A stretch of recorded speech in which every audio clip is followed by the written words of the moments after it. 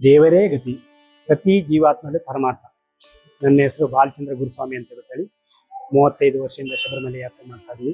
ನಮ್ದು VC ನಾರಾಯಣ ಸ್ವಾಮಿ Ayyappa good circle Maramma ದೇವಸ್ಥಾನ. ನಾನೀಗ ಪೂಜೆ ವಿಧಾನಗಳನ್ನು ತಿಳಿಸ್ತೀನಿ. ಸಾಮಾನ್ಯವಾಗಿ ಮನೆ ಒಳಗಡೆ ನಾವು ಎಲ್ಲಾ ದೇವರು ಇಟ್ಟು ಪೂಜೆಯನ್ನು ಮಾಡ್ತಾ ಇರ್ತೀವಿ. ಆದ್ರೆ ಅಯ್ಯಪ್ಪನ ಫೋಟೋ ಇಟ್ಟು ಮಾಡೋದು ಸ್ವಲ್ಪ ಕಡಿಮೆ ಇರುತ್ತದೆ. ಈ ಸಂದರ್ಭದಲ್ಲಿ ನಾವು ಬೆಳಿಗ್ಗೆ ಎದ್ದು ಸ್ನಾನ ಮತ್ತು ವಗೈರೆಗಳನ್ನೆಲ್ಲ ಮುಗಿಸಿದ್ದು, ಭಗವಂತ ಅಲಂಕಾರ ಪ್ರಿಯ, ಅಂದ್ರೆ ಅಯ್ಯಪ್ಪನಿಗೆ ಅಲಂಕಾರ ಪ್ರಿಯ ಅಂತ ಕರಿತೀವಿ. ಹಾಗೆ ನಾವು ಸಹ ಅಲಂಕಾರ ಪ್ರಿಯರಾಗಿರ್ಬೇಕಾಗುತ್ತೆ.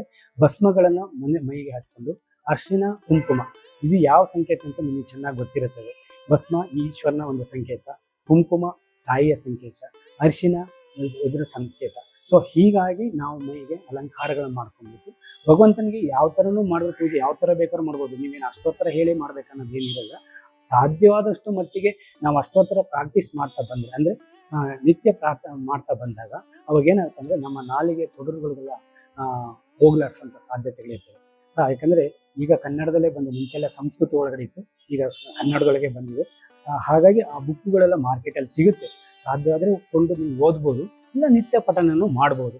ಪೂಜೆನ ಯಾವ ಥರ ಬೇಕು, ನಿಮ್ಮ ಅಷ್ಟೋತ್ತರ ಹೇಳ್ಬಾಡ್ಬೋದು ಅಥವಾ ಪ್ರಾರ್ಥನೆ ಸಂಕಲ್ಪ ಮಾಡ್ಬೋದು, ಯಾವ ಥರನೂ ಭಗವಂತನ ಮಾಡ್ಬೋದು.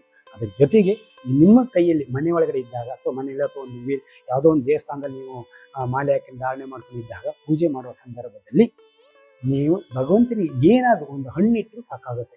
ಹೀಗೆ ಭಗವಂತ ಪೂಜೆ ಮಾಡುವಂತ ಎಲ್ಲೂ ಹೇಳಿಲ್ಲ.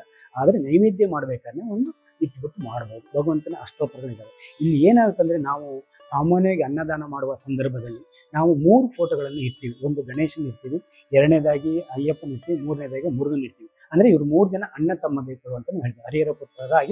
ಹರಿಹರ ಪುತ್ರ ಇವರಾಗಿರ್ತಾರೆ, ಈಶ್ವರನ ಪುತ್ರ ಅವರಾಗಿರ್ತಾರೆ. ಸೊ ಇವರು ಮುರುಘ ಆಗಿರ್ತಾರೆ, ಅಂದ್ರೆ ಸುಬ್ರಹ್ಮಣ್ಯ ಸ್ವಾಮಿ ಅಂತ 3 ಫೋಟೋ ಇರ್ತೀವಿ. ಅದರ ಕೆಳಭಾಗದಲ್ಲಿ ನಾವು 5 ದೀಪಗಳು ಇರ್ತೀವಿ. ದೀಪ ಯಾಕೆ ಇರ್ತೀವಿ ಅಂತ, 5 ದೀಪದಲ್ಲಿ ಒಂದು ತಂದೆ ತಾಯಿಗೆ ಹೋಲಿಸ್ತೀವಿ, ಇನ್ನೊಂದನ್ನ ಗಣೇಶನಿಗೆ ಹೋಲಿಸ್ತೀವಿ, ಇನ್ನೊಂದು ಸುಬ್ರಹ್ಮಣ್ಯ.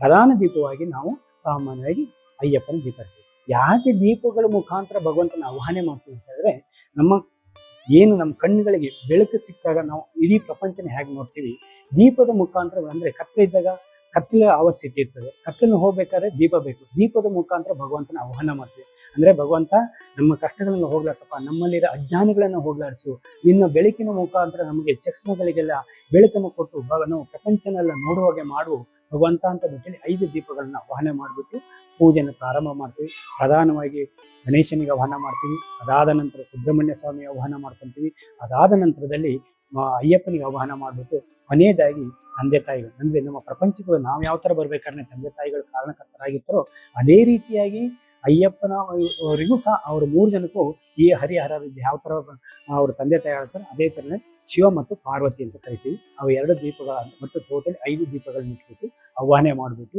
ಅಷ್ಟೋತ್ತರ ಮಾಡಿ ಸಹಸ್ರಗಳ ನಾಮ ಮಾಡಿಬಿಟ್ಟು ಭಗವಂತನಿಗೆ ಏನು ನೈವೇದ್ಯ ಕೊಡಬೇಕು, ನಮ್ಮ ಕೈಲಾಗಿದ್ದಂಥ ನೈವೇದ್ಯ ಕೊಟ್ಬಿಟ್ಟು ನಾವು ಪೂಜೆಯನ್ನು ಭಗವಂತನಿಗೆ ಮಾಡ್ತೀವಿ. ಇದು ಅಯ್ಯಪ್ಪನ ಪೂಜೆಯ ಒಂದು ವಿಧಾನ. ಕೆಲವರು ಅದರ ಮೆಟ್ಲುಗಳನ್ನ ಮಾಡ್ಕೊಂಡ್ಬಿಟ್ಟು ಅದಕ್ಕೆ 18 ಪಡಿ, ಅಂದ್ರೆ ಪಡಿ ಇಟ್ಬಿಟ್ಟು ಆ ಪಡಿ ಮೇಲೆ ದೀಪ ಹಚ್ಬಿಟ್ಟು ಮಾಡ್ತಾರೆ. ಇದು ಸನ್ನಿಧಾನದಲ್ಲಿ 18 ಮೆಟ್ಲು ಇರೋದು ಸಹಜ.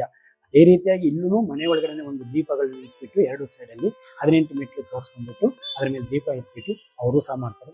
ಇನ್ನು ಕೆಲವರೆಲ್ಲ ಭಜನೆ ಮುಖಾಂತರವಾಗಿ, ಅಂದ್ರೆ ಅಷ್ಟೋತ್ತರ ಗೊತ್ತಿಲ್ಲದೇನೆ ಇದ್ದರು, ಪೂಜೆ ವಿಧಾನಗಳು ಗೊತ್ತಿಲ್ಲದೇನೆ ಇದ್ದರು, ಭಜನೆ ಮುಖಾಂತರವಾಗಿ ಭಗವಂತನ ಆರಾಧನೆ ಮಾಡಿಬಿಟ್ಟು ಪೂಜೆ ಮಾಡ್ತಾರೆ. ಅದಾದ ನಂತರ ಕೊನೆಯದಾಗಿ ಲಾಸ್ಟಿಗೆ ಇರುಮುಡಿ ಕಟ್ಟಲು ಹೊರಡಂತ ಸಂದರ್ಭಕ್ಕೆ ಅದನ್ನ ಮುಂದಿನ ಒಂದು ಅಧ್ಯಾಯದಲ್ಲಿ ನಾನು ಇರುಮುಡಿ ಬಗ್ಗೆ ನಾನು ತಿಳಿಸ್ಕೊಡ್ತೀನಿ.